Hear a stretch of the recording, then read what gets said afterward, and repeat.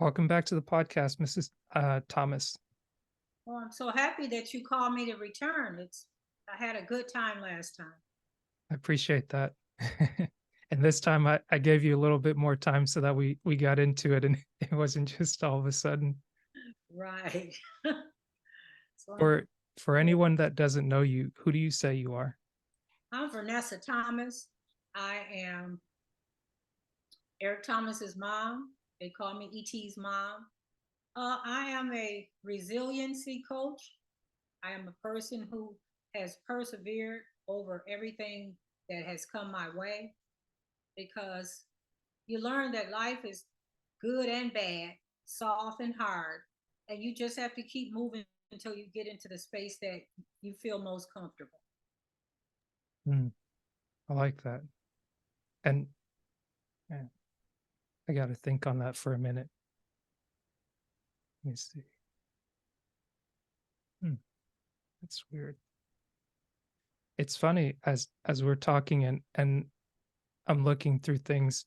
We're talking about being in transition, and I think you being a resilient coach and going through the life that you've had, and seeing your son become the man that he's become, and pulling out the things that you've instilled in him. It's great to see that life still keeps going on, and we don't stop learning just because we've reached a certain level, whether it feels like a mountaintop or a valley, so to speak. Yeah, we do. I have a wonderful relationship with my son, but it wasn't always so. And even when I was struggling with how I felt based on how he was responding and feeling, Mm. through the growth, I could see when you can own up to things, then you can have a lot more empathy for other people because now you're seeing it from their lens, not your own. And that was a big aha moment that I thought we were okay back years ago, but I realized there was still a little tension. And it was because I wasn't always willing to be vulnerable, just to tell the whole truth, not just a part of the truth. And once I did, man, it freed me up and made me understand where he was coming from. And it just solidified our relationship that had not been solidified in a very long time because of that unspoken thing that needed to be brought out fully. I'm glad you said that because it seems like vulnerability is a thing that's more popular present day, and it's more people are accepting of it, and it seems that for whatever reason, whether it's the pressures we've grown under, or maybe you can speak to it yourself, like what's Well, I why think, was it challenging to become vulnerable? well, from the generation that I came up in, you were taught to be tough. Mm. Make a decision, you roll with it. But you were what it was doing was just taking in consideration your reasoning, not the whole picture. So it's kind of like you hear, uh, there's your truth, my truth, and the absolute truth. Mhm. It depends on what angle you're watching it.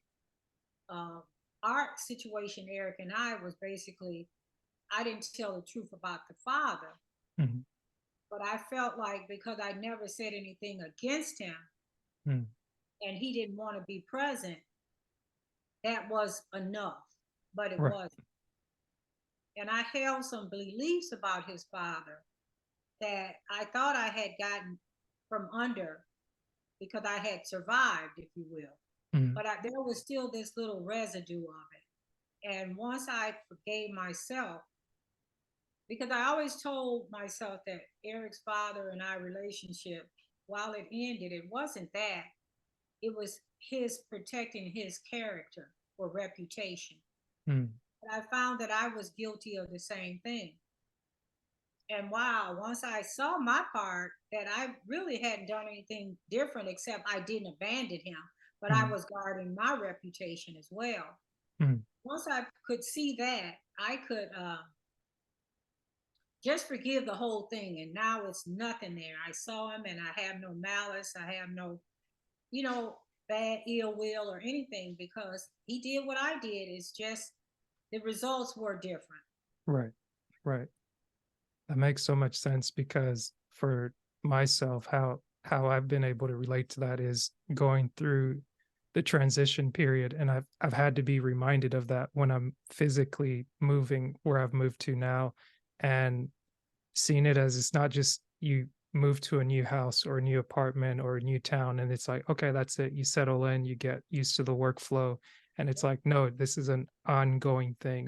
And No, there isn't like a start, stop date, but throughout the process, you have to allow yourself to notice that you're going through a change and like warm up to things as they kind of unravel. And I've heard someone say this recently that truth is something that unveils itself because back to the purpose of back to the point that you made where everyone has their perspective and it's like if I'm looking through my window into the room, what I see is what I see.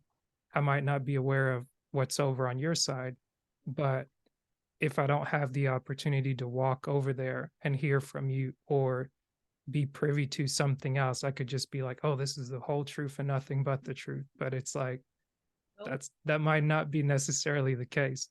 correct. It might not necessarily because I remember talking to my son's father, and I had became aware way years and years after the breakup. I mean, decades actually, and found out something about him that was going on in his life. And I said to him, at that point in your life, you didn't want to be exposed, and I understand, but I didn't know that, and so I had this harsher reality. Now, what he did was it cost him so much of not wanting to be vulnerable that it was like, how can I stay mad? Right. My inability to be vulnerable with Eric created a lot of problems, but my love for him, Mhm. his love for me, was enough for us to come back into the middle. Mhm. He could finally understand why, even though it didn't hurt anymore. Yeah. He could get it. Now I get it. And I had to say, yeah, when I got married and moved on, I got a do over, I call it. So Mhm. I didn't think I was wrong because he wasn't present.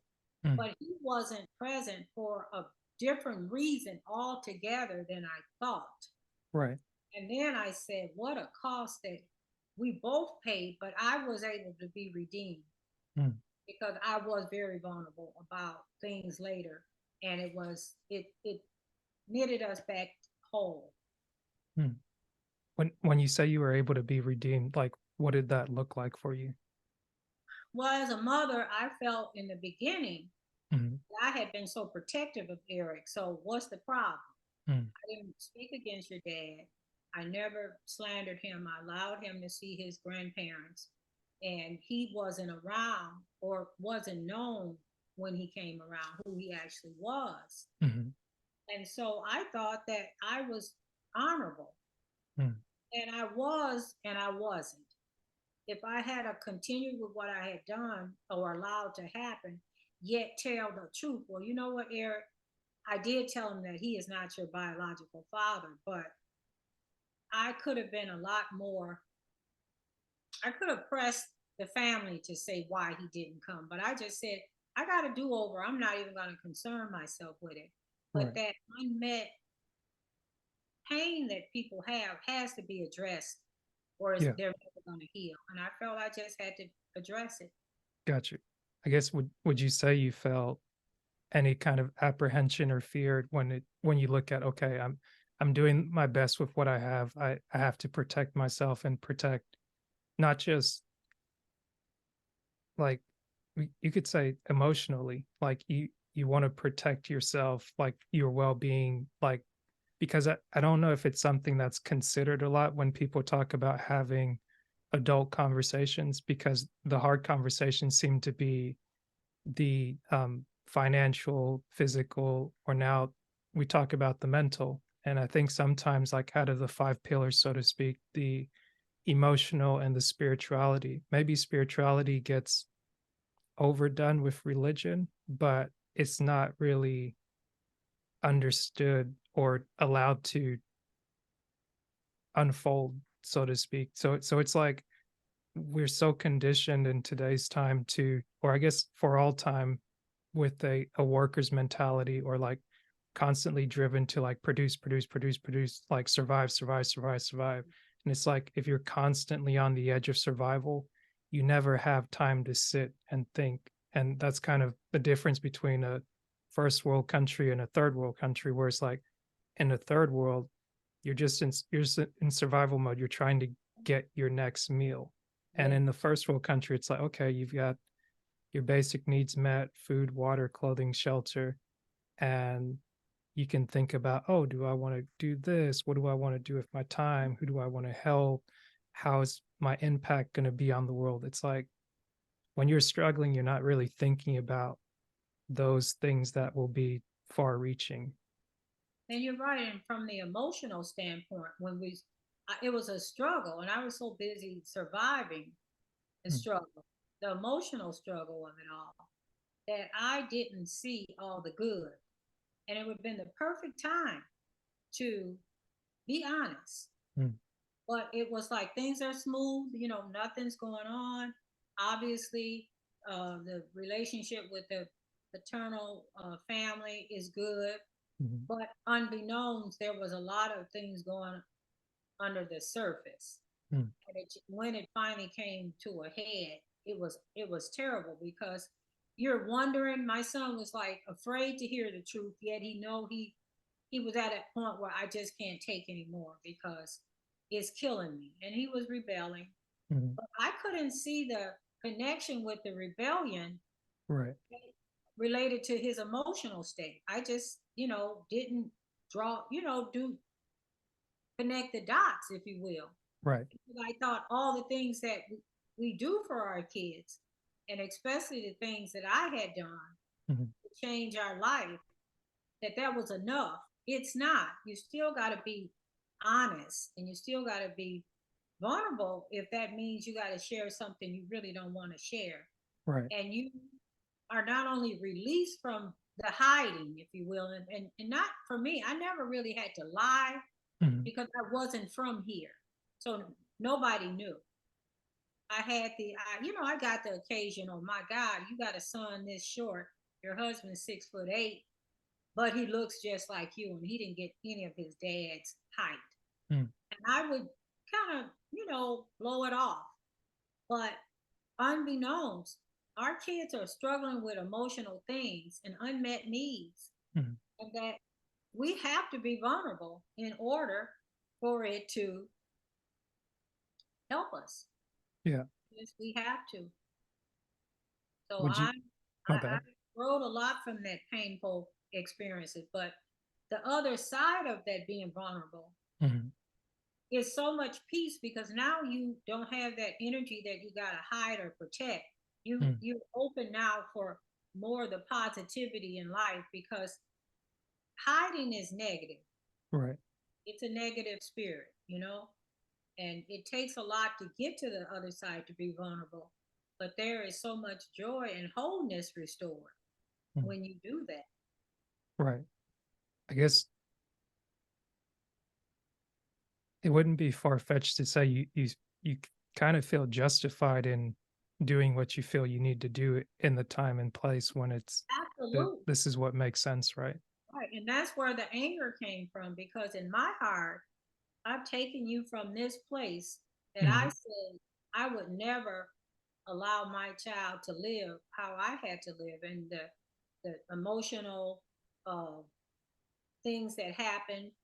And it wasn't necessarily my mother, it was like my emotional needs weren't met. Mm. And I don't want my kid to go through that. So I did feel justified. I felt that if your father don't want you, I'm not going to be the one to tell you anything about it. Mm. But not sharing anything was just as bad, I would imagine, as telling more than you that was necessary to explain away why he's not there. Right. Right.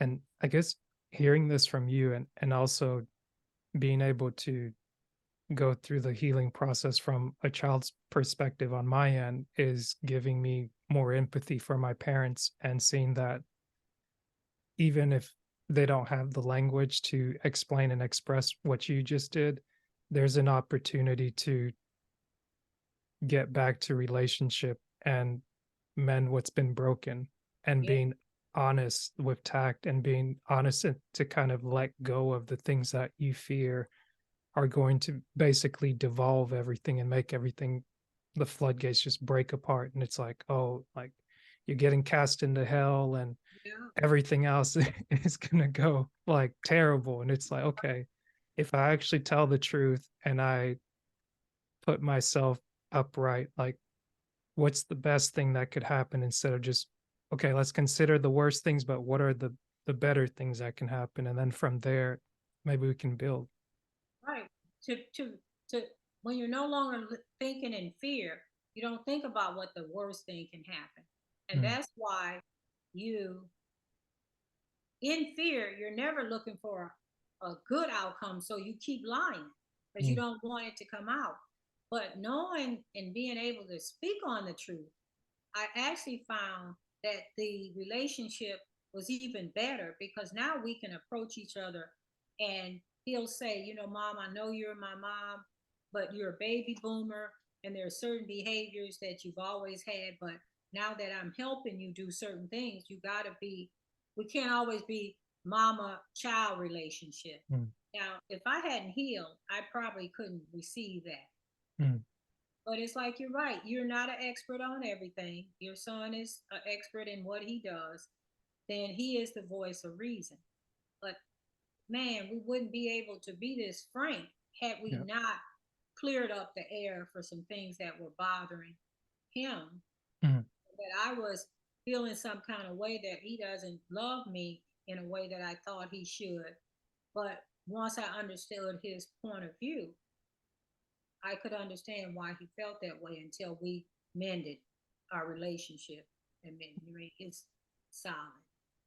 that's awesome and it it's funny it's fun for me to see other people win because the more I've become um the more I've gotten better been better to myself learning to see myself I don't see it as envy anymore because before it would have been like man I want that I want this I want that but it's like no I'm happy for you and your son and like on this level like we don't have to look at everything else that's come as a result of it but it's like being able to appreciate where someone is and what they have for themselves and being able to celebrate that without like that needing to be approved be affirmed it's like oh okay like because I'm starting to do that and when like like what would you say has been since then it's been years now like what's kind of unfolded for you as a result of getting through that hard spot that you thought might have been impossible before. I have a sense of ease and calm. Mhm, Before I would wonder why is he doing this or maybe be reluctant to receive so much because I know the relationship was a strain. mm, But it was really an offering to me to, hey mom, we're good. But yeah, I couldn't, I think my guilt made me feel like I wasn't worthy to take certain things or to ask for certain things because I perceived myself that he was angry, mm, but he wasn't really angry at me personally. He mhm, just wanted to know his birthright. And, you know, he said, I went to the doctor and I couldn't even tell him certain things because I don't know. mm, And when he found his father, I shouldn't say found him, when he met up with him officially as knowing he was his father, mhm, he was shocked because he had kind of been in and out of the picture, but not announced himself. mm, And then he saw, man, I see why I do certain things from the good side. I mhm, got this characteristic from him, or this love for so and so from him. So now he feels whole because he's connected. Mm. And it wasn't a cost where it's this or that. It can be both. Right. And that's what was hard for me to deal with at first because I wondered now that he knows him and he's angry at me, how will Mm. this affect our relationship? And it Mm. didn't have a negative. Actually, it made the bond stronger once we sorted through it and we're both honest. Yeah, that's awesome. And I guess how did your husband respond to it? Because since it's like you've moved on from the former relationship and you're trying to build and maintain your family, and then of course your son wants contact with his dad, and now it's like, okay, well, don't really It want to do. actually, Yeah. actually, it's been crazy. My husband is a very balanced person. Mm. So, as a father to Eric, he never was. Eric will tell you to this day, he never got disciplined or anything. He treated him like it was his biological son. So Mm. he said, all this rift, I ain't got nothing to do with that. Mm. It ain't got nothing to do with me. I love my son. I'm his father. And so he hasn't shown any sign of envy or jealous or uncomfortableness. Mm. I think we saw his father, biological father, a year ago. They spoke, but they don't really talk. I Mhm. do remember once him saying to Jesse, thank you for raising my son, or something to that effect. And he said, I didn't raise your son. That's my son. Mm. And not in a way of rivalry, but that no, I didn't raise him as a stepchild. Right, I right. adopted him. And so me and Eric don't have no real beef. Mm. And they don't. I mean, I went out of town a couple weeks ago to the next level speaking academy. And Eric assumed that I was going to leave his dad home. And he said, I got dad. I'll be sure that we get over there. The kids are coming home this week and they spent time with him. Mhm. And I was so happy because I hadn't mentioned that I was leaving him. But Mhm. he assumed because of the vigorousness of that upcoming 2 day conference. Mm. And they had already had a plan in place for him. And man, that I knew then that everything is fine. Yeah. Wow. That's beautiful. Yeah, man, it was hard. Dee Dee came by with food. Jada and Jalen came by. Oh, he was saying, "Don't rush home. I'm good. We've been eating good. They've been bringing me food and spending time." And the kids laughed about watching YouTube with him. And I'm like, "This is a family." Yeah. And it's the simple things. I mean, the like really being able to enjoy that quality time, and when it's not it's not always promised or scheduled, but it's like when you're able to make things line up and you enjoy the time that you're there, I think that's very much worthwhile. Yes, they didn't. It wasn't scripted, and Mm. but for them to suspect that I would need their help, and them coming to me and saying, "Well, we got you covered," Mm. and I'm like, "Wow!" I didn't even tell him I was leaving, and I hadn't prepared food like I normally do because he changed his mind at the last moment. But it was just so. I mean, it was so heartwarming to see the support. It's like you have to know, Vernessa, your family is whole Mm. and healed. And Yeah. any little doubt that you have, you need to get rid of it at this very moment. And I did. I was like, God is so good. He is a restorer. Yeah.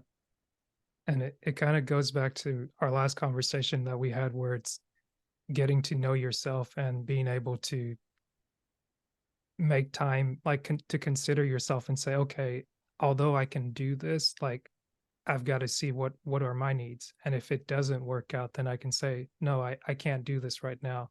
I need to be able to take a break. I need to go do this, because then when you show up refreshed and rejuvenated, you've already you're not just ready to go, but you've taught people how to, and even like your own family, you're teaching them how you work, and they respect and reciprocate that to say, oh, okay, like we got this. Like we Mm-hmm. know you care about him. We care about him too. So we're going to cover Yeah. this. We're going to cover that. And it's like, man, like what a difference a day make. What a Oh man, difference a plan it, makes. it it's like manna from heaven. I'm Mm, telling you. And because I have been sharing even more vocally about this over giving, mm, I have a tendency to just stop everything for everybody. mhm, And I realize that it comes from a place of not getting the type of attention I wanted, even as a child, especially in my early years of my mom. mm. I had 13 siblings, and my mom just didn't have time. So Right. I was an overdoer to secure my spot, if you will. Mhm, And it translated into my adulthood. mhm, But now I can honestly say, here are some things that I have to do. mhm. And something else has to give. You know, Right, it's like the right. joke. You got three things and one has to go. Mhm, So now I say I don't have to be the first line of defense for everything. mm. I can get a housekeeper. Yeah, I can call and get them to deliver food or grocery. yeah, I can let it go. I just say no. When we started packing up to move, I knew what happened when we packed up to move from the last house. right. I cannot work at that level anymore. Mm, So I found that I haven't literally cooked in a month, mm. and that's unheard of. But we haven't missed a meal. It's something in the freezer. We go out to eat a lot more for this period of time. Right, Because right. I said, if I do all that I must do and Mhm. that I used to do, guess what's going to happen to me? Get burnt out. And I get burned out a lot easier at 71 than I did at 61. Mm, And so, not only being able to acknowledge that I'm going to do that, the bigger problem is we feel guilty right. as caretakers. Our parents, our loved ones, our kids, our friends. If you're a caretaker personality like me, if I say no, I mean it, but I feel guilt. Mm, Not now. I'll be clear and just say, look, I'm not in the mood. mhm, I'm tired. I got too much on the agenda today. And so, no, I would tell you I'll see before, mm. knowing it was a no. Right, right. But now, if I know it's a no, I'm going to tell you. And Yeah. my husband and I had breakfast late today. And he said, can we go? I said, we need to get to the market Mm, because I need to be home by 2:15 tops. And he said, let's go tomorrow. I said, oh no, I got mm, to go here, there, everywhere. And I got a Zoom call tomorrow. We're not going to do it tomorrow. There's no space. We don't get grocery today. We mm, probably ain't going to get any till Friday. mm, So let's stop what we're doing. And I was shocked that I could say it and I wasn't upset. mm. But here's what my agenda is tomorrow. If you want food, it's going to be today or it ain't going to be. And man, it was so easy. We had an hour and a half. We Mm, got home in an hour and 20. mm. Everybody's happy. We can eat for the rest of the week. Yeah. But I couldn't have done that before without having an attitude because I didn't ask you to do something and now you want to change the plans. Mm, Or, God, what am I going to do? Tomorrow right. I got to add something else. But I was frank and I gave alternatives. Mhm, We don't have to do anything today, but we won't be doing it tomorrow either. mm. Right, And right. we resolved it. That's big for me to be that forthright. Mm. Yeah. I definitely feel I'm picking up what you're putting down there, and Mhm. I'm over here just smiling for you and happy for you because I'm like I've had similar wins myself, and making that decision of being able to say no and understanding that you don't have to always raise your voice or fight, but it's like you can be stern and even steady your voice, and having that steel confidence to say, hey, this is what I need.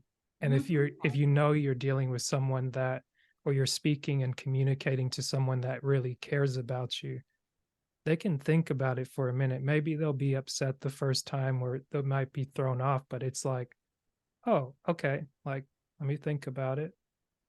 this is the priority. Like if Yes. we don't get food today, we're not going to get food till Friday. But That you don't that have might be an nothing. issue. Yes. And you're right. The pushback, because this has been kind of happening. Mhm, And I would say, well, I don't have time, but now I'm clear. I'll mhm.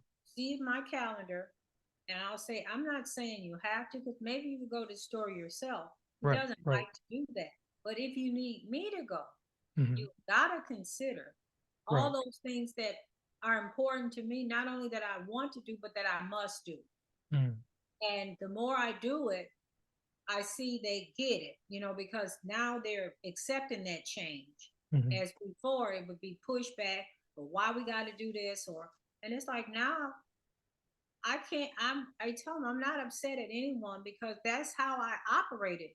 But Right. I'm in a new season. That's how I put it. And Mhm, in this season, those things have to be thrown away right, in order for me to feel less stressed and feel like what I want to do is important. right. And that everybody's gonna be happy tonight when I cook. Because Mm, trust me, it hasn't been a meal cooked in at least a month. yeah. And So it's yeah, you work with me yeah. and then everybody wins. But for me, it was finally being assertive Mm, and not so much the people pleasing, because someone spoke about the trauma or some of the hardship we experience as kids, how they mark us. And I mm, had to be honest. My mom, I helped her one time when I was about 8 or 9 in the supermarket. I mean, I was breaking down prices and the whole bit. And she mhm, was like, hmm. And after that, I would see a coupon or I would see a sale paper. I'm a kid, I ain't even in fifth grade. mhm, And I'm educating my mom how to shop. mhm, And I became so valuable, so I got the attention. mhm, My sisters would say, oh, she favors you. No, she's leaning on me because I made myself invaluable. But I mhm, ain't going to tell you looking back that I was happy, mhm. but I was seeking her attention. And that's Right. how I got it. Mm, And so, yeah, I didn't know that until recently that the over pleasing or doing for people is really because you're begging for acceptance. right. Because maybe what I needed emotionally, my mom didn't have, and she didn't have. Yeah. But I just figured out a way to make myself get her attention. Mm, My sisters didn't. right. So I wasn't the favorite, and I carried that on for years and years, and now it's like, oh yeah, I'm not doing that no more. Mm, Not healthy in the first place. right. I definitely agree with you because a lot of those principles that you speak to, it, I I read it from this book titled "No More Mr. Nice Guy," and it describes this syndrome or this caricature of the nice guy, as they may put it, because it's like the nice guy is always posed opposite of the bad guy, but it's Yep. like in reality, not being bad shouldn't be nice. Like maybe the opposite of bad can be good, but just because you're good doesn't mean you have to be walked on. It doesn't mean Exactly. that like your life has to be problem free or you do everything you can to please people because ultimately it's up to the person to decide what pleases them, what's going to make them happy. But it's like if you make that your life's mission, at some point in time, you're either going to get disappointed or Yep. you're going to start upsetting the person that you're actually talking to. And then they're like, I What don't need this. happened to you? You Yeah, used to it's be so, you were right. so sweet. Yeah. It's like you're this milk Us. toast person, and it's like Yeah. that um is it's like because the intentions were wrong to begin with, that Exactly. persona got worn out. And it's like it was almost done underhanded to where it's like, I'm gonna do this to get the attention that I need, but instead of saying, hey, this is what I need, like what can I do to have my No, needs met? it does. We don't do that. We do what you say. And then a person will say, well, why are you mad? You're the one. And that always want to be Captain Saver. You know what? You say, Right. you'll sometimes say, you know what? They're right. Why are you always trying to be that person? Mm, Now they say it to insult you, but it's an aha moment. mhm, And then you say, oh, they're right. So I'm going to stop. mm. Not out of malice, but they're right. I was doing this for the wrong reason. Right. And then they'll come back and say, what happened? You say, well, I'm not that person no more. Mm, And they're mad because you were a floor mat, pretty right. much. If you agree to anything people say or keep adjusting your life Mhm, or to accommodate other people, you're doing them a disservice as well as you're doing yourself one. right, right. So now I'm like, not mean, but I'll say, I can honestly, I ain't never done this before, but I actually promised somebody some stuff. I was going to do some stuff, I was going to Mhm, cook. And in the midst of the day, I said, I don't feel like it. I could mm. have never done that. You hear me? Right, right. Actually, I would have been the person who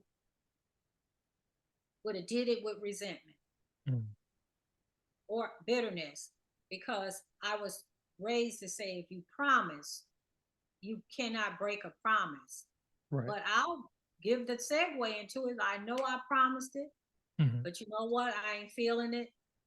I got a headache, or I didn't sleep good, or I just don't want to do mm. it. And I say it without being defensive. Right. And they'll say, well, I said, I know what I said, but Yeah.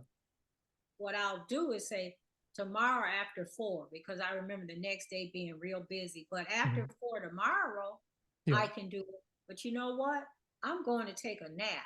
Mm, And the person started respecting me differently because I wasn't always willing to switch gears. right. And I've done that with most of the people in my life. I don't care who you are. If you call me and it's not a fire, Mhm, I will tell you, girl, I ain't in the mood to come and do that, or mm. I ain't available. Well, Right, know I can't.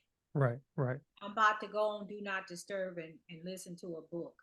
And Mm, I said, I'm sorry, yeah. without guilt. Right.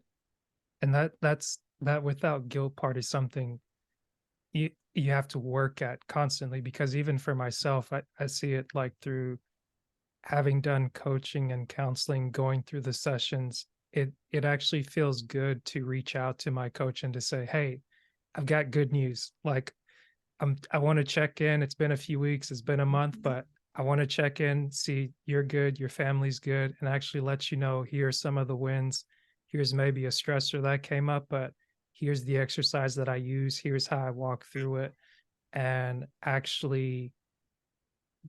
I actually allowed myself to go through the progression to where when I started, I was like, I don't want to get I don't want to stay attached to something to where it's like I always have to be dependent, be dependent, be dependent. It's like I want to be able to be interdependent, like lean on people, lean on their strengths to use my strengths, but I don't want to be always in a place of desperation or need to where it's like, okay, like the world's falling apart. It's like I don't want to wake up as a groundhog's day where it's same thing, rinse and Okay. repeat, same thing. And it's just like you're dreading the day, you're dreading the next step. And it's like, man, when do I get out of this hole?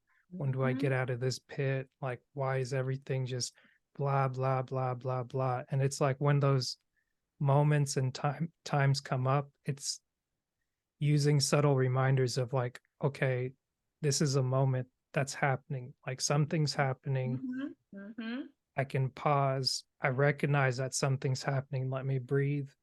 If it feels so overwhelming, maybe I can step back, walk away, like stop literally. Because if I'm doing something so much so to where my life is at risk, or I don't feel that I can control the outcome in a way that doesn't put me at risk, then Mhm. something's not right there. And it's like going through that process step by step and reminding myself that I get to decide in every situation that I step into what are the outcomes that I want, and Yes. what are what are the things that I can give. And if I can't give anything, just like especially with family, learning that there's a time and place for things, and maybe somebody's on a 10 and I'm on a 1 and I'm like, yeah, right now is not the time. And it's like, I See? respect you. You know, Mhm. I love you. I'll call you back.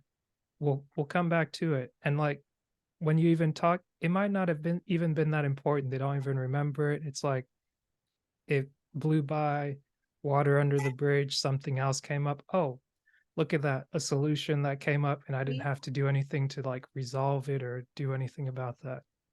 Well, once I think we hone in to our own true self, Mhm, because like I said, I was an over giver and over promiser. mm, And once I got burnt out, I actually asked myself, who does anything for you really? right. And it's like, you never ask nobody to do anything. I'm MacGyver. Yeah. Call me and everybody does. Mhm, MacGyver, I got a problem. I got a solution. It might be go around the horn to get to it. But finally I asked myself, how is this what you do healthy? mm, All this over giving and supportiveness, if there's never any reciprocity, yeah. You're not getting a then TV that's show out of not it. right. That's not healthy. Yeah. And you say, okay, I remember thinking, well, I ain't no point of me being mad because I created these monsters. Mhm, Now, what do you do to tame them? You learn to say no. Sometimes I have a conversation and say, hey, this is what I used to do, but I'm no longer doing it because it's impeding my growth for my own personal life. Or, I can't do things on the level I could do when I was even 65. So we're going to mm, have to back that up a little bit. yeah. And I've had pushback. Someone said to me, a close family member, you could do it if you wanted to. And I thought about it for a hot second and I said, you're right. I don't want to. Mm, So instead of getting defensive, I yeah. leaned in and said, you're right. And I'm not. I've been doing this and I ain't mad and I may do it again. But the presumption that every time you ask for this particular thing is going to be met, it's not, it's not happening. And Right. they got upset, but guess what? We got a new level of self-respect for one another. Mm, They know that my boundaries used to be fluid, mhm, but they know about certain things. They're not fluid anymore. They're mm, rigid. You're yeah. not gonna go beyond something that I'm comfortable with. Mhm, Even though I did it in the past, I had this resentment or this feeling some kind of way. right. Now I don't do that. Yeah. And I feel that people respect you more when you have real boundaries and expectations too. Mm, Like, do I have to say to one friend, what you do for me, girl? You always got at wanting something. I say, girl, what you do for me? Girl, mm, don't be like that. No, I'm just saying. What yeah. you're mad because I won't come through. What do you do for me? Mhm, Oh, you live too far, or girl, I can't do it this week. It's like I'm being more mindful because I was so much in that giving helpful mentality. I never mhm, really saw there was hardly any reciprocity from right. family or friends Yeah. because I didn't require it. Mm, I not that I didn't require it for the relationship. I felt I had to do all of this, mm, and now that I realize I don't, and that I have no reason to be mad because of some things I set up into motion. Now I'm healthier, and I believe that they recognize that now, and they don't push the boundaries like they used to. right. Man, that's such a good insight. Oh man, I'm telling you, we have this thing. I call it. My mom, she was the subliminal suggestion queen. Oh my Mm. God. She never, my mom, I look back and we had the worst fight about something I asked her to do and she wouldn't do it. And Mm, I said, I do everything you ask me to do, Mom. And she said, I have never asked you to do a damn thing for me. And I mm. just cried. But when Man, I it's look back, she never had. right. She just put that subliminal suggestion out there. And that's Yeah. wicked Yeah. because she could admit that she never asked. And when I researched back in my head, she Yeah. had not. But I had been groomed to take her suggestions. Right. And with my adult life, I went in with that same mindset. We got to Mm. make a shift. Yeah. If something we finally realize is not healthy and it's being manipulative, Hmm. because some people are more keen to those subtle suggestions. Yeah. I could hear my mom wanting to go to get Chinese food and she wouldn't say it, but she might say, "Oh, I ain't had an egg roll in a long time." Mm. And automatically knew, "Oh, I need to take her to Kowloon's." Right. Right. And we would get into this fight about who's gonna pay, knowing she wasn't gonna pay. Right. But we would get into this fight. And then I'm like, I don't want to do that no more. Mm. So I said to her, uh, you were right, Mom, about not asking me for anything. But I'm going to ask you to respect me. Because if you don't ask, I'm not going to make the first move. Right. And I meant it. Mm. Because how dare you be so right? Hmm. I've been primed for everybody's needs since a little girl. And people, be mindful of that Yeah. and find out, is it still applicable? Is it still healthy? Is it still necessary? How do you Right. feel when people constantly ask you without asking? And Mm. if you're not comfortable, you got to tell them. Or for me, I would just pretend I didn't hear it. It's like, put the shield up. I would say, that, like Star Trek, Yeah. shields up. I ain't hearing no undirect commands or ask. Hmm. You don't ask plain, I'm not doing it, because I Yeah. get the foot in the butt, because they say nobody asked you to do all that. You the Mm. one wanted to do it. Yeah, Yeah. but you prying me. You know how I'm cut. Yeah. And now I don't do it. If I hear it honestly, I put the shield up and I don't have this blank face like I didn't hear nothing you just said. And they're uncomfortable for a second, like, I know no, I did, but the shield went up before it caught me. Okay, so Right. sorry. Yeah. We're forever needing to change, grow, and adapt. I agree with you. It's, I mean, we can't be who we are at 5, 10, 20, 50, 70. At 71, a lot of things that I took for granted and thought I needed to do, you can't. Mm. And you have to come to terms with it. And younger, if you do too much for people and accept every little acts they want, you are enabling and making them entitled. Mm. And entitled people don't see what you do, only see what thing they asked for that you did not do. And Mm. you're left crying all the time because you can't win, Right. but you can change. Mm. That's powerful. And man, I think we might just have to end it there because it's like God has you don't have to win, effortlessly but taught. you can change. That's right. Oh man, I love that You can change.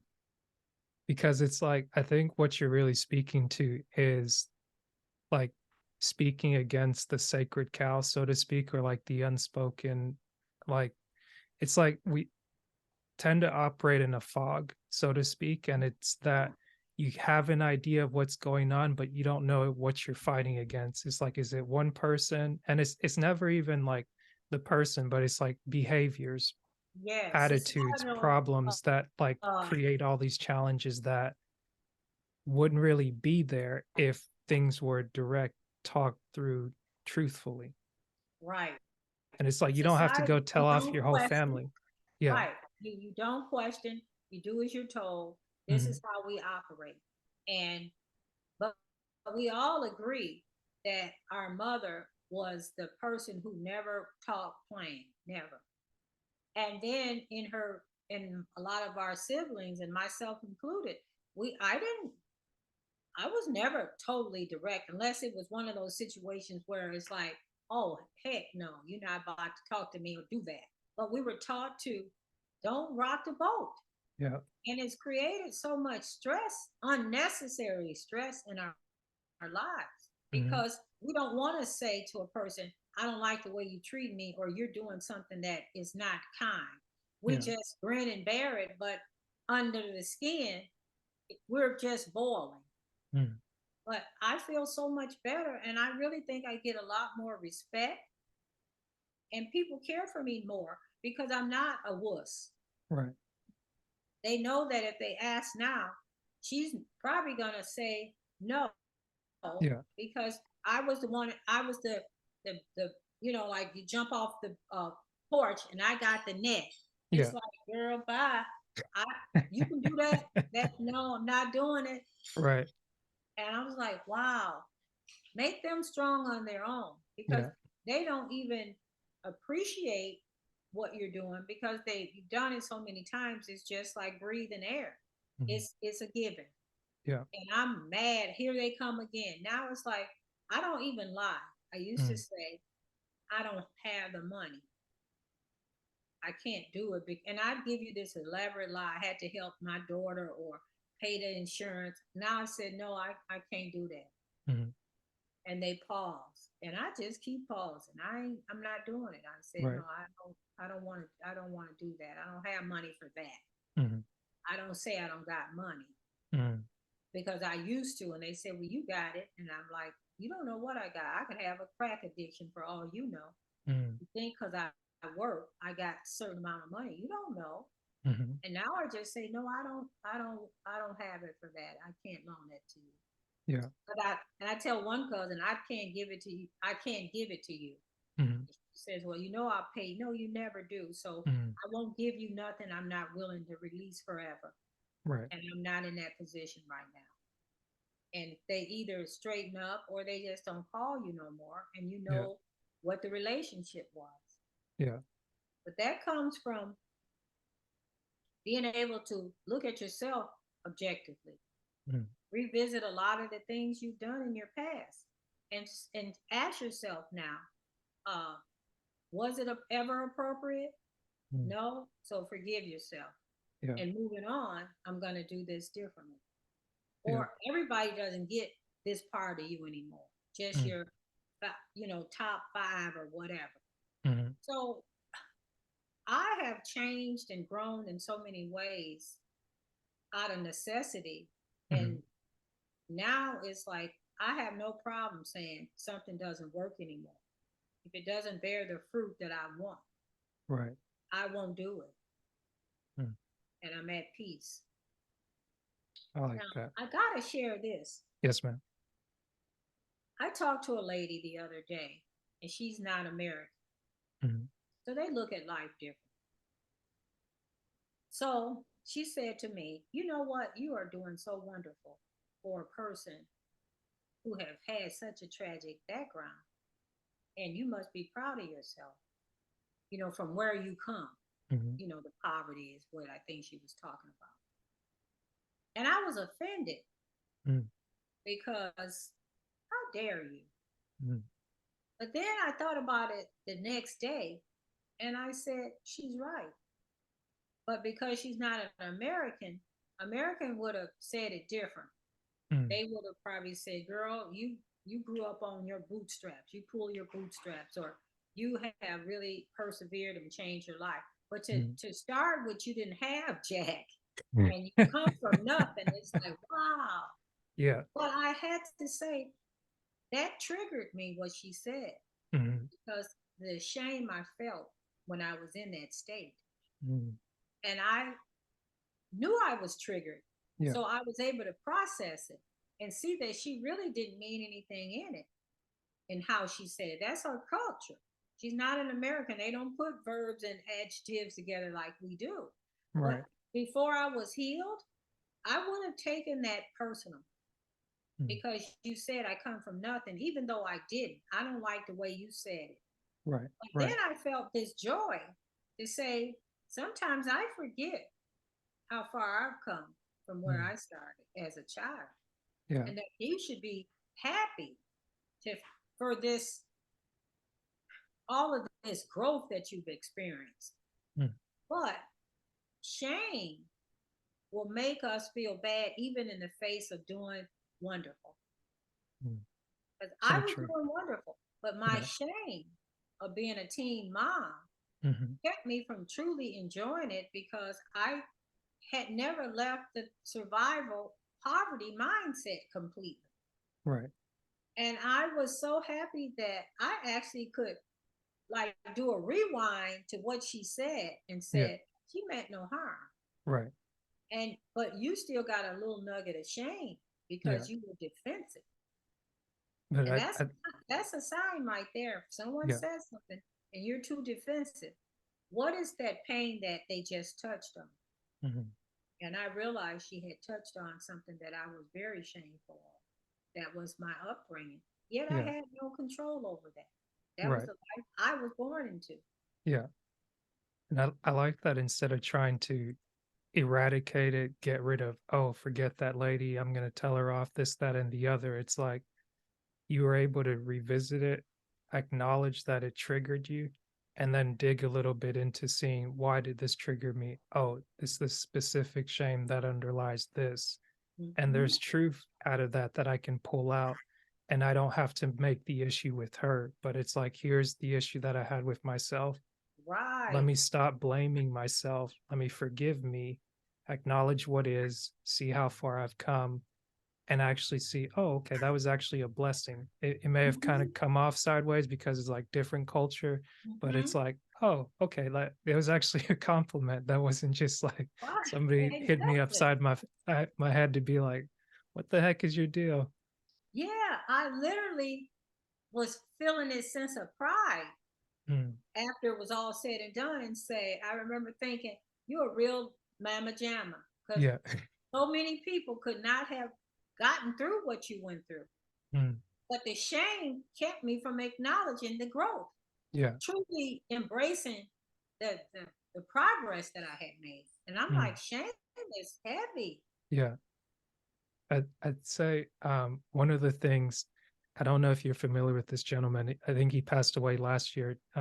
Kevin Samuels. He came out with this moniker because one of the things I think he caught a lot of flack at was because he was one advocating for men, but also he decided to speak about accountability from the women's perspective to say that as much as men are told you have to be this, you have to be that, especially for straight heterosexual men, it's that women play a role in it too. And I think to your point, it's like nobody ever speaks against mom because it's like mom did the job of caring, mom is doing this. It's always like mom is under pressure, under stress, and it's like don't question anything that mom says. And it's like in the questioning or in putting up boundaries, it's not meant to disrespect mom. And even in saying, okay, analyze the black woman, for instance, it's not a thing of, okay, instead of working together,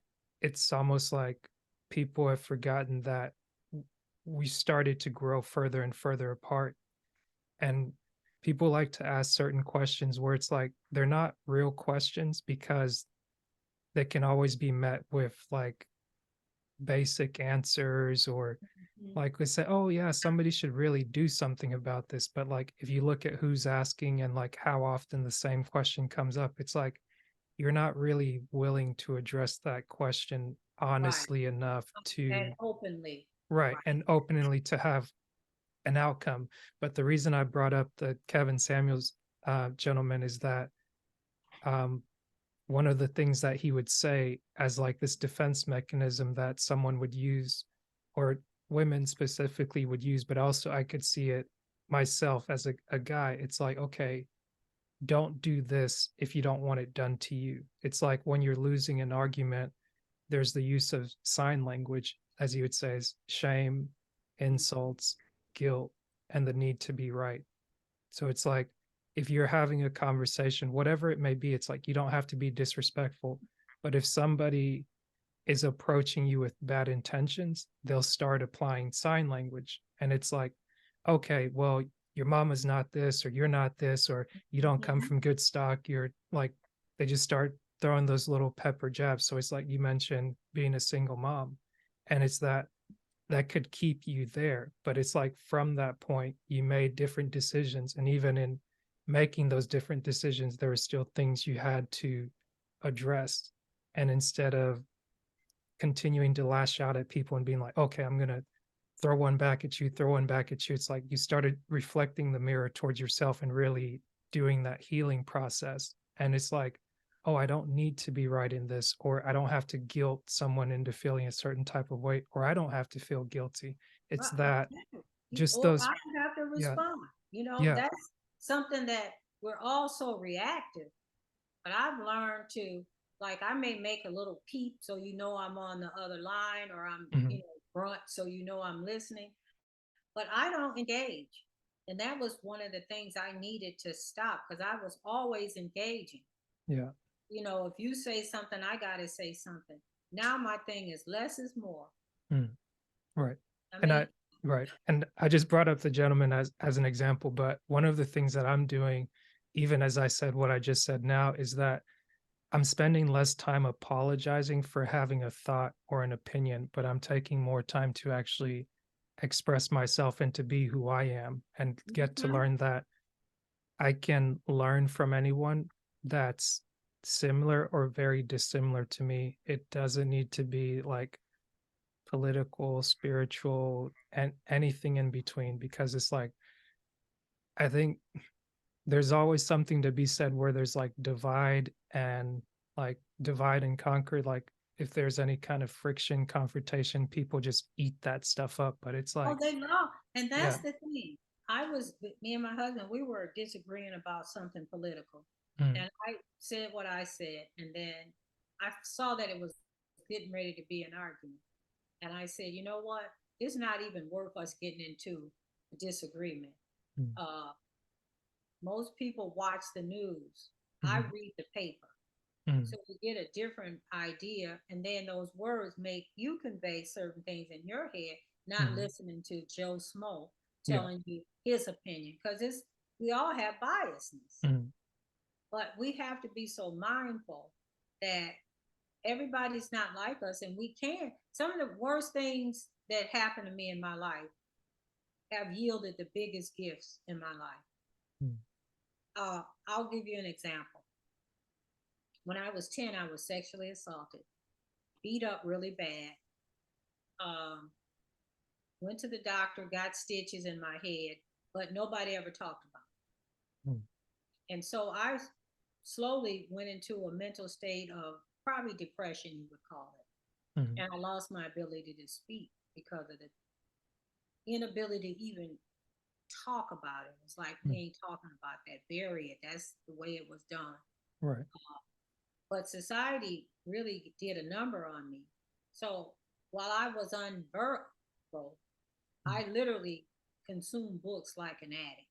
mm, So within that hardship, the darkest day of my life, I come out of there smarter than the average bear because I read so much, and it was the type of reading that allowed me to get into a good high school. I passed the test with honors. So I tell people bad things happen, but we get to decide, are we going to be a victim of it forever? Or are we going to find some nugget in that hardship that'll get us on the other side to becoming whole again? And when I survived and finally got my voice back mm, after the assault, when I got pregnant, I'd already had some bounce back in me by then, because to overcome that without any professional help, mm, it was a miracle. So yeah, now I'm like, if I could survive this, I'm going to survive that. So yeah, I'm already looking at myself as a victor even before I am. Because I survived that, I'm going to get out of this neighborhood. Because if I don't, my son is going to be privy to the same hell I've had. And people say all the time, well, girl, I just can't see it. No, you have to forgive. You have to find a way to be okay with what happened. right. You have to forgive yourself for the missteps you made. I mean, I was so pissed at my son's father for not being responsible when he said he would be. Mm, And I had to say, well, you was the dumbass because even though you didn't know, mm, you should have asked somebody because who got stuff, if you will. So I had to forgive myself that I played a role in it. And that's what a lot of women or men won't do. And you have to admit, hey, I screwed up, or that was a bad choice I made, or man, I got jacked or whatever. But you know what? Mhm. That thing is not going to be the end of my progress Right. Or the end of you. and for the end of you. Yeah. And But you got yeah. to figure out who or why, because if you don't, you'll stay there. My Mhm. son's upcoming birth Yeah. was impetus for me to say, okay, I don't know what I'm gonna do, but I know what I ain't gonna do. Right. And that helps more than one way. At least you know, Yeah. don't go in that direction. Do anything else. But Right. If if you go yeah, there, that's what you're gonna get, and if that's what you're running from, you better turn around and keep running the other way. right. Yes. And it's something that simple. It's Yeah. just as important as knowing what you want. Yeah. And I think I heard it said in taking the example of you having written your first book and even in doing social media, having conversations like this, is that in writing things down, their way of journaling or its way of categorizing your own history.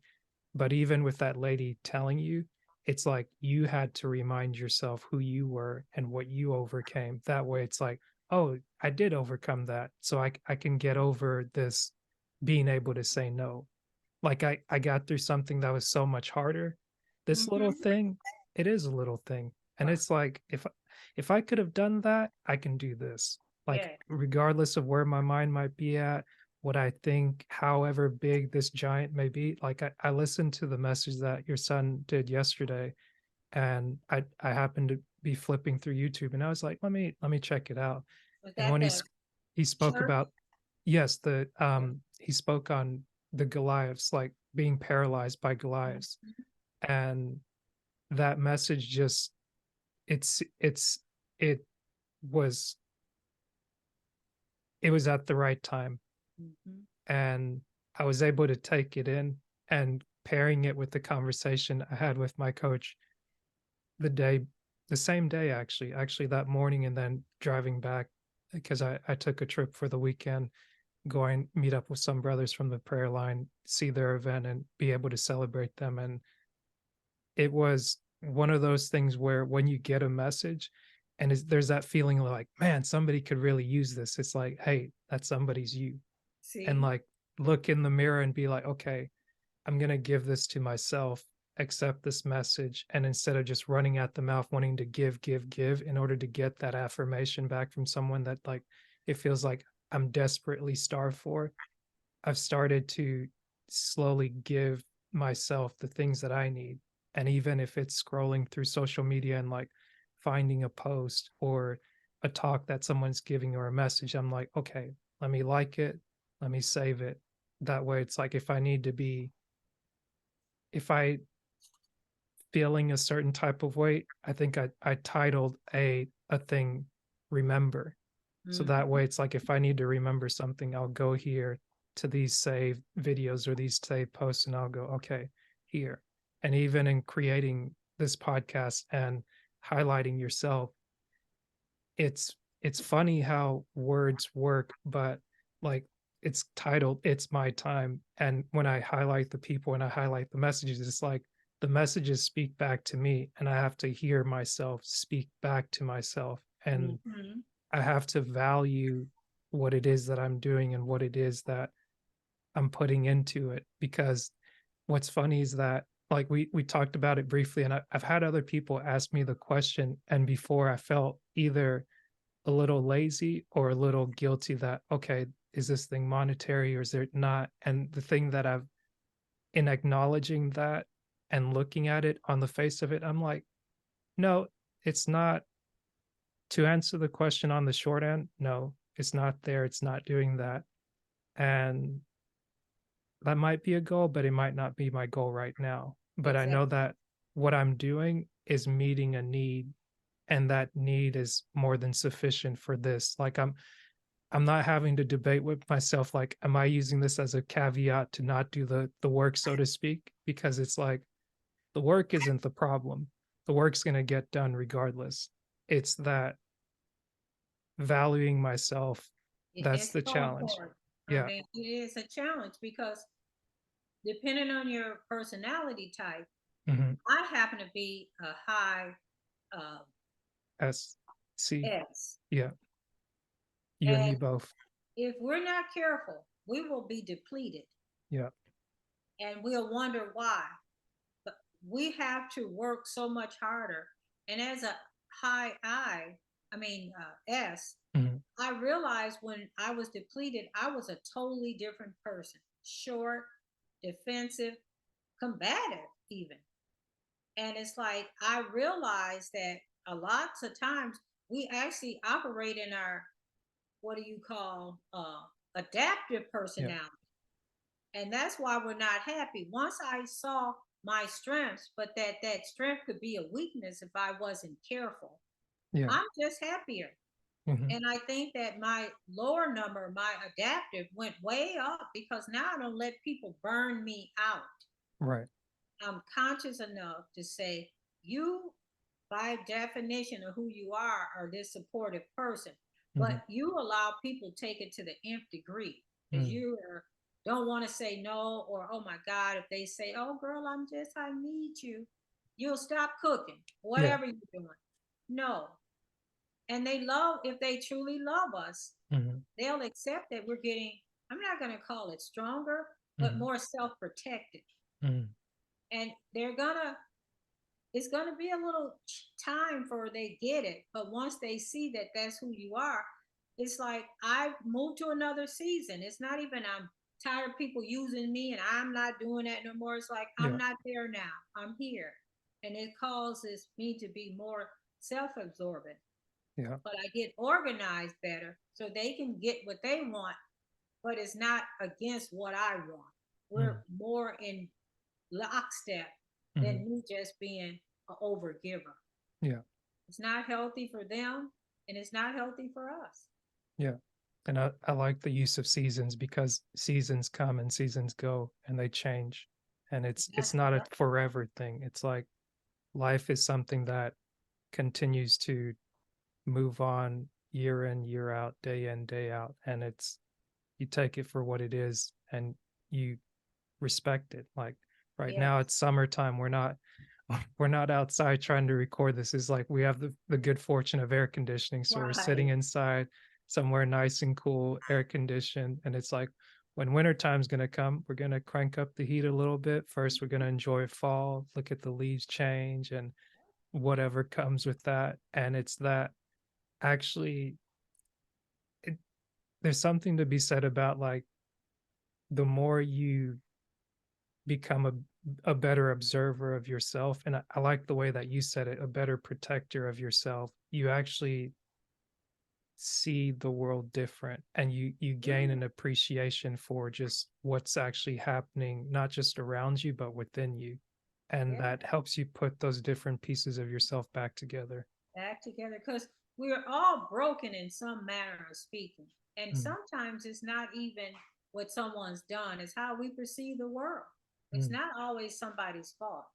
Uh, but that when we come to grips with that, when I came to grips with a lot of things, I am just in a better state of mind, emotionally healthier. And with that, you find that you're on a higher frequency now.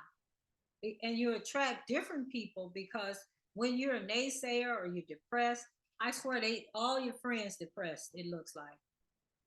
You can't grow. right. But as I elevated and I started questioning why my intentions of why I did things. Was it organic?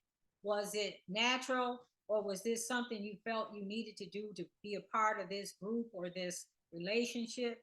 No, if it was, it's not real. And it's tension and stress.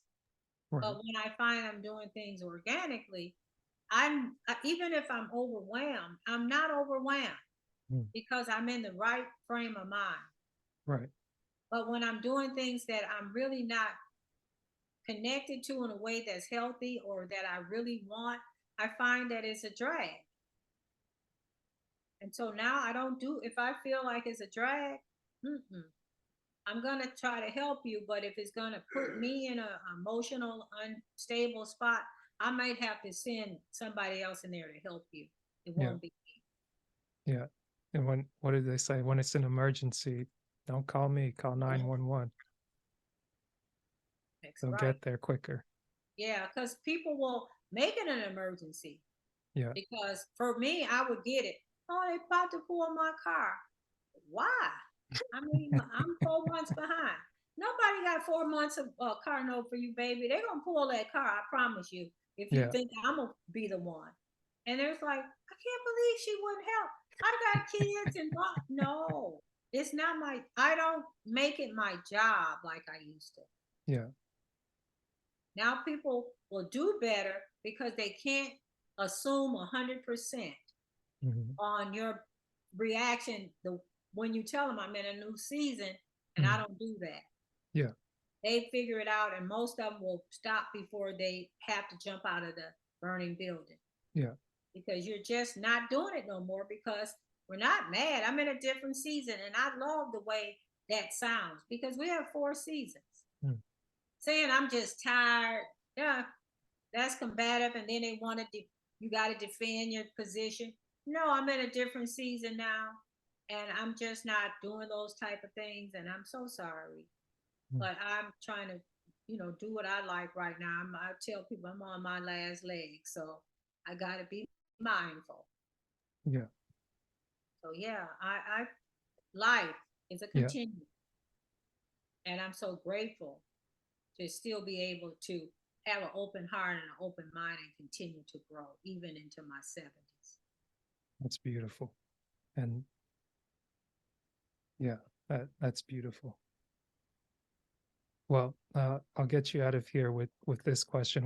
What's something you're looking forward to this year, or what's something you've well, I think our conversation's been a lot of that, but as the year is going into the school as the year's going into the school year, and it to me it just feels like it's about to speed up going towards the end of the year. Mm. Well, my goal now is to start a book club. I actually put the flyer out the other day and take my lessons learned in my book and just do a roundtable coaching, share some Mm. things. And my book is in 4 different times periods of my life. Right. And we'll start at the beginning. And like the question I want to ask is, what happened to you? Mm. Because so much happened to us as kids Yeah. that shaped us in a Yeah. way. And it wasn't all good or healthy, but it was what you're steeped in. Is it time to get out of that pot and get into a different pot?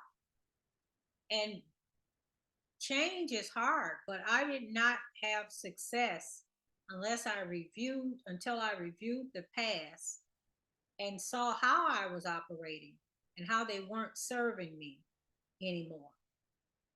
And when you're open to that, Yeah. and this is what I want to share, I didn't just spring up. I've had probably as hard a life as most women, if not more.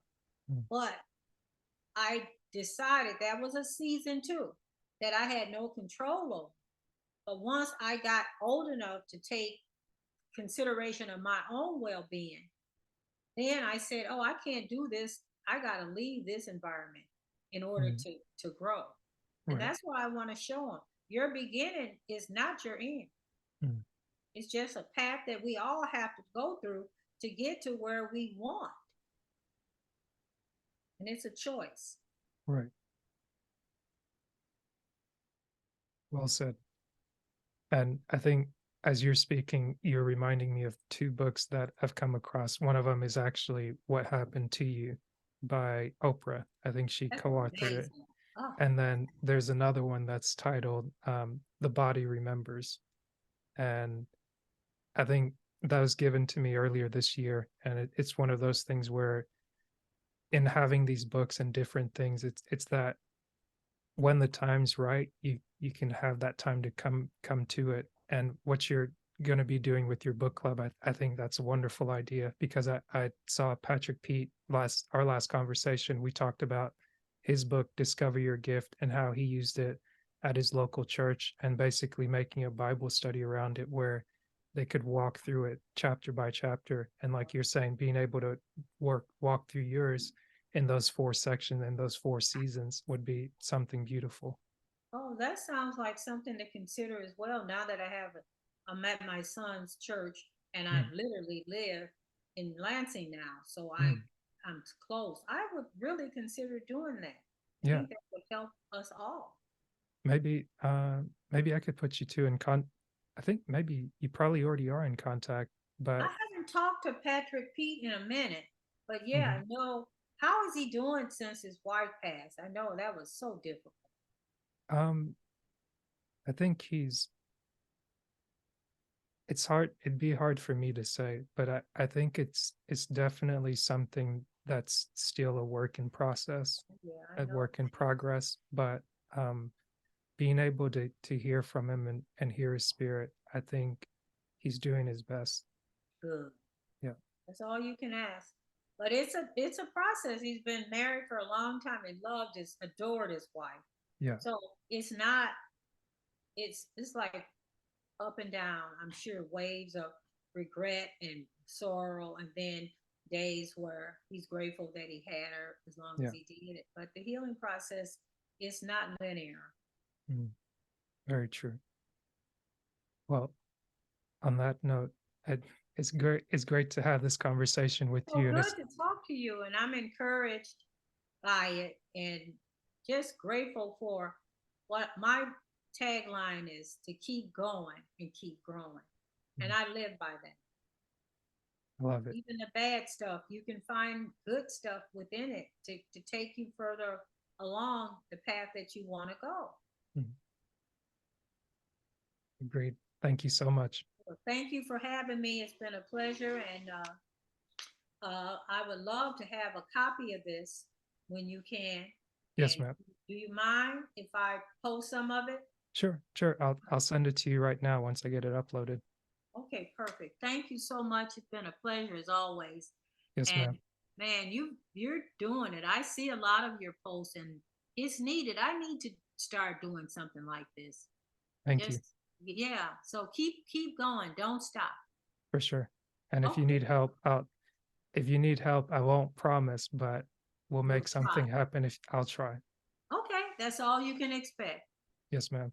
Okay, well take care. Thank you.